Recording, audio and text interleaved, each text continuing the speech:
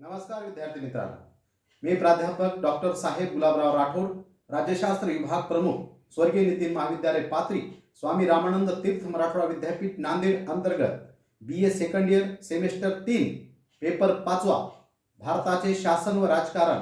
विद्यार्थी मित्रांनो, या पेपरमधील राज्यसभेची रचना व त्याचे अधिकार याच्यावर आज आपण चर्चा करणार आहोत. विद्यार्थी मित्रांनो, आपणास ठाऊक आहे राज्यसभा हे संसदेचे वरिष्ठ सभागृह आहे. राज्यसभा हे घटक राज्याचे प्रतिनिधित्व करणारे सभागृह आहे.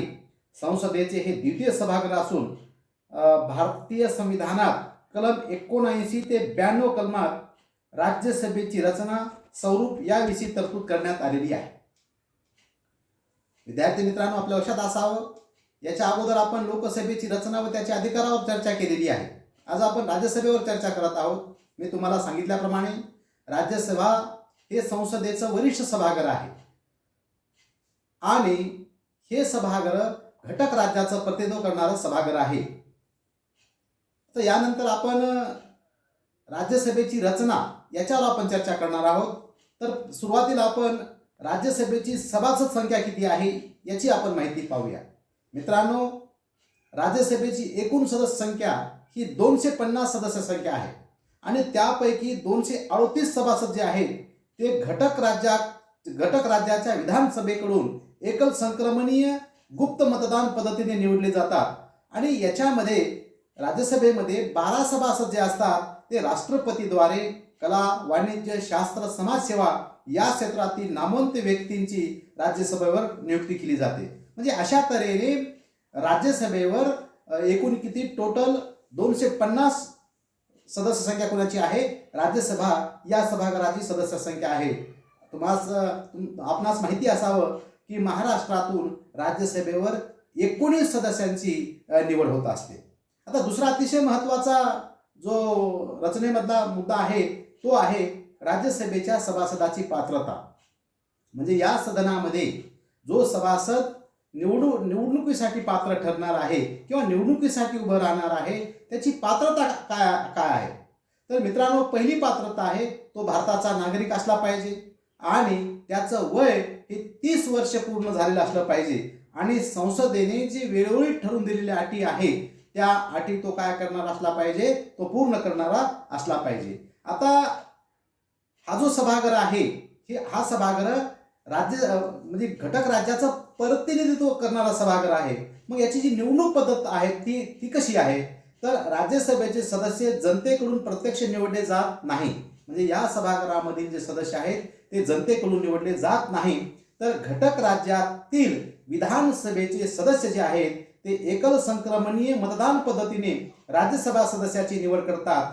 एक संक्रमणीय मतदान पद्धतीचा अवलंब करण्याचे कारण असे की विधानसभेतील पक्ष बलाच्या आधारावर राज्यसभेत प्रतिनिधित्व मिळावे, पक्षाच्या ताकदीच्या प्रमाणात राज्यसभेवर प्रतिनिधित्व मिळावे हा उद्देश आहे. राज्यसभेचे 238 सभासद हे विधानसभेकडून काय करतात? पाठविले जातात. आता याच्यानंतर आपण बघूया की या सभागृहाचा कार्यकाल किती आहे. तर मित्रांनो, एक गोष्ट आपल्या लक्षात असणं गरजेचं आहे की राज्यसभा हे जे सभागृह आहे ते स्थायी सभागृह आहे. म्हणजे हा जो सभागृह आहे हे कधीच विसर्जित होत नाही. पण या सभागृहामधील सदस्याचा जो कार्यकाल आहे तो कार्यकाल आहे 6 वर्षाचा कार्यकाल आहे. याच्यामध्ये दर 2 वर्षाला 1/3 सभासद निवृत्त होतात आणि त्यांच्या जाग्यावर तितके सभासद काय करतात? पुन्हा निवडणुकीद्वारे निवडले जातात. म्हणजे अशा प्रकारे याचं तत्व आहे. आता याच्यामध्ये हा सभागृह जो आहे तर याचा प्रमुख पदाधिकारी कोण आहे, म्हणजे याचा अध्यक्ष कोण आहे? तर एक गोष्ट आपल्या लक्षात असावी की राज्यसभेचा जो अध्यक्ष आहे तो आहे म्हणजे संविधानाच्या 89व्या कलमानुसार आपल्या देशाचा जो उपराष्ट्रपती आहे तो उपराष्ट्रपती राज्यसभेचा काय असतो? पदसिद्ध अध्यक्ष तो असतो. ही माहिती आपल्या लक्षात असावी. आता म्हणजे हा जो सभागृह आहे राज्यसभा हे सभागृह चालण्यासाठी याचा कोरम किती आहे? तर लोकसभेप्रमाणेच याही सभागृहाची घनसंख्या जी आहे ती किती आहे? 1 घनसंख्या आहे. म्हणजे 250 याच्यामध्ये सभासद संख्या आहे. तर कमीत कमी 25 सदस्य कामकाज चालण्यासाठी काय असणं गरजेचं आहे? उपस्थिती असणं गरजेचं आहे.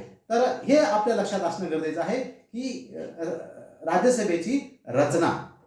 आता याच्यानंतरचा अतिशय महत्त्वाचा जो तत्व आहे किंवा अधिक त्याचा मुद्दा आहे तो आहे राज्यसभेची अधिकार किंवा कार्य. म्हणजे काय काम करतं राज्यसभा. तर याचं पहिलं अधिकार आहे किंवा कार्य आहे ते म्हणजे कायदेविषयक अधिकार. पहिला कोणता? कायदेविषयक अधिकार. म्हणजे कायदा म्हणजे आपण पहिल्या पिरियडमध्येच आपण बघितलेला आहे, कायदा म्हणजे नियम आहे की नाही. आपला जो देश आहे, देश कशाच्या भरोश्यावर चालतो? नियमाच्या, म्हणजे कायद्याद्वारे आपला देश चालतो. मग कायदा बनवण्याचं काम जे आहे ते काम कोण करतंय? लोकसभा आणि राज्यसभा हे दोन्ही सभागृहामध्ये कायदा बनवला जातो. म्हणजे कायद्यावर चर्चा केली जाते. म्हणजे कुठल्याही फक्त अर्थविधेयक सोडता, अर्थविधेयक वगळता कोणताही विधेयक कुठे येऊ शकतो? राज्यसभेमध्ये चर्चेला येऊ शकतो आणि तो लोकसभेमध्ये बी चर्चेला येऊ शकतो. राज्यसभेमध्ये जर त्या एखाद्या विधेयकावर चर्चा झाली तर तिथून तो कुठं जातो? लोकसभेमध्ये. आणि लोकसभेने ते विधेयक मग पास केल्यानंतर तो नंतर कुठं जातो? राष्ट्रपतीकडे जातो. आणि राष्ट्रपतीने त्याच्यावर स्वाक्षरी केल्यानंतर त्या विधेयकाचं रूपांतर कशामध्ये होतं? कायद्यामध्ये होतं. म्हणजे अतिशय महत्त्वाचं कायदेविषयक अधिकारामध्ये कुणाचा सहभाग आहे? राज्यसभेचा आहे. आता एखाद्या वेळेस तुम्हाला असा प्रश्न पडेल की बाबा की लोकसभेने एखादा विधेयक पास केलेला आहे आणि राज्यसभेला तो नामंजूर करण्याचा अधिकार आहे का? नाही. फक्त एक असा नियम आहे की कमीत कमी जास्तीत जास्त 6 महिन्यापर्यंत राज्यसभा काय करू शकते? तो बिल रोखून धरू शकते. आणि 6 महिन्यानंतर मात्र संयुक्त अधिवेशन होतं आणि संयुक्त अधिवेशनामध्ये मग जिथं ज्यांचं बहुमत असेल तिथं ते काय होतो? बिल तो मंजूर होतो. म्हणजे अशा प्रकारे राज्यसभेला काय आहे? कायदेविषयक क्षेत्रामध्ये अधिकार प्राप्त झालेला आहे. तर दुसरा अतिशय महत्त्वाचा जो अधिकार आहे तो आहे शासनविषयक अधिकार. आहे की नाही. म्हणजे शासनावर नियंत्रण ठेवण्याचा अधिकार. आता एक बाब आपल्या लक्षात असली पाहिजे, आहे की नाही, ती कोणती? तर सरकार जे आहे ते सरकार म्हणजे सरकारवर अविश्वास लावण्याचा अधिकार जो आहे तो आहे लोकसभेचा. आहे की नाही. म्हणजे लोकसभेचा जिथपर्यंत विश्वास सरकारवर आहे तिथपर्यंत त्यांना सत्तेवर राहता येतं. म्हणजे अशा प्रकारे राज्यसभेमध्ये मात्र अशा प्रकारे अविश्वास ठराव दाखल करता येत नाही किंवा केला जाऊ शकत नाही किंवा राज्यसभेला तो अधिकार नाही. म्हणजे ज्याप्रमाणे लोकसभेचं सरकारवर नियंत्रण आहे त्या पद्धतीचं नियंत्रण नाही, परंतु एक प्रकारे नैतिक दबाव. आहे की नाही. कारण राज्यसभेचे जे सदस्य असतात ते नामवंत असतात किंवा ते डायरेक्ट जनतेतून ते निवडले जाऊ शकत नाही. आहे की नाही. कारण ते एक तर समाजसेवी असतात, तत्वज्ञानी असतात किंवा राजकारणामध्ये जे काही भरीव काम केलेले असतात अशा लोकांची राज्यसभेमध्ये निवड होत असल्यामुळं एक प्रकारे त्यांच्या चर्चेमध्ये प्रभाव असतो. आहे की नाही. आणि अशा प्रकारच्या म्हणजे प्रभावी चर्चामुळे, प्रभावी कार्यामुळं एक प्रकारे सरकारवर नैतिक जे वजन असतं ते कुणाचं वजन असतं? राज्यसभेचं असतं.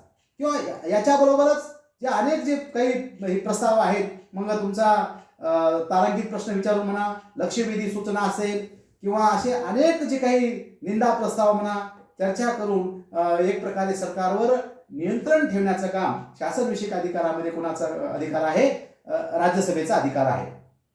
आता याच्यानंतरचा नंबर आहे अर्थविषयक अधिकार. विद्यार्थी मित्रांनो, आपल्या लक्षात असणं गरजेचं आहे की आर्थिक क्षेत्रामध्ये राज्यसभेला अधिकार नाही असं म्हणायला हरकत नाही.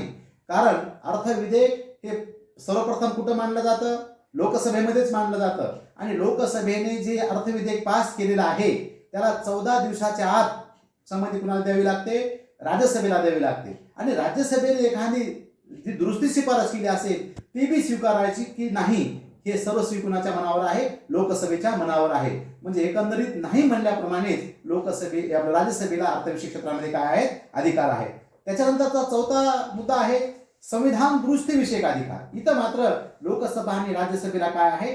समान अधिकार आहे. संविधानाच्या कलम 368 नुसार आपल्या संविधानामध्ये काळ परिस्थितीनुसार बदल करण्याचा प्रावधान ठेवलेला आहे. आणि मग काही जे संविधान दुरुस्ती आहे त्याच्यामध्ये मात्र कुठल्याही सभागृहामध्ये, मग लोकसभेमध्ये दुरुस्तीसाठी ठराव येऊ शकतो किंवा राज्यसभेमध्ये सुद्धा येऊ शकतो. इथं मात्र दोन्ही सभागृहाची काय गरज आहे? सहमती आवश्यक आहे. याच्यानंतर मी सुरुवातीला सांगितलं पहिल्या आपण ह्याच्या व्हिडिओमध्ये की ज्याप्रमाणे लोकसभेमध्ये जे सदस्य आहेत जसं त्यांना काही विशेष अधिकार आहेत, याचप्रमाणे राज्यसभेचे जे सदस्य आहेत यांना सुद्धा काय आहे, विशेष अधिकार आहे. म्हणजे यांच्या सुद्धा राज्यसभेमध्ये केलेल्या भाषणाविरोधामध्ये कुठल्याही कोर्टामध्ये त्याच्यावर खटला दाखल करता येत नाही, किंवा अधिवेशन चालू असताना किंवा नंतर त्यांना अटक करता येत नाही. अशा प्रकारे विशेष जे काही खास अधिकार जे प्राप्त झालेले आहेत, लोकसभेप्रमाणेच राज्यसभेच्या सदस्याला सुद्धा प्राप्त झालेले आहेत. तर विद्यार्थी मित्रांनो, आणखी याच्यामध्ये काही इतर अधिकार आहेत.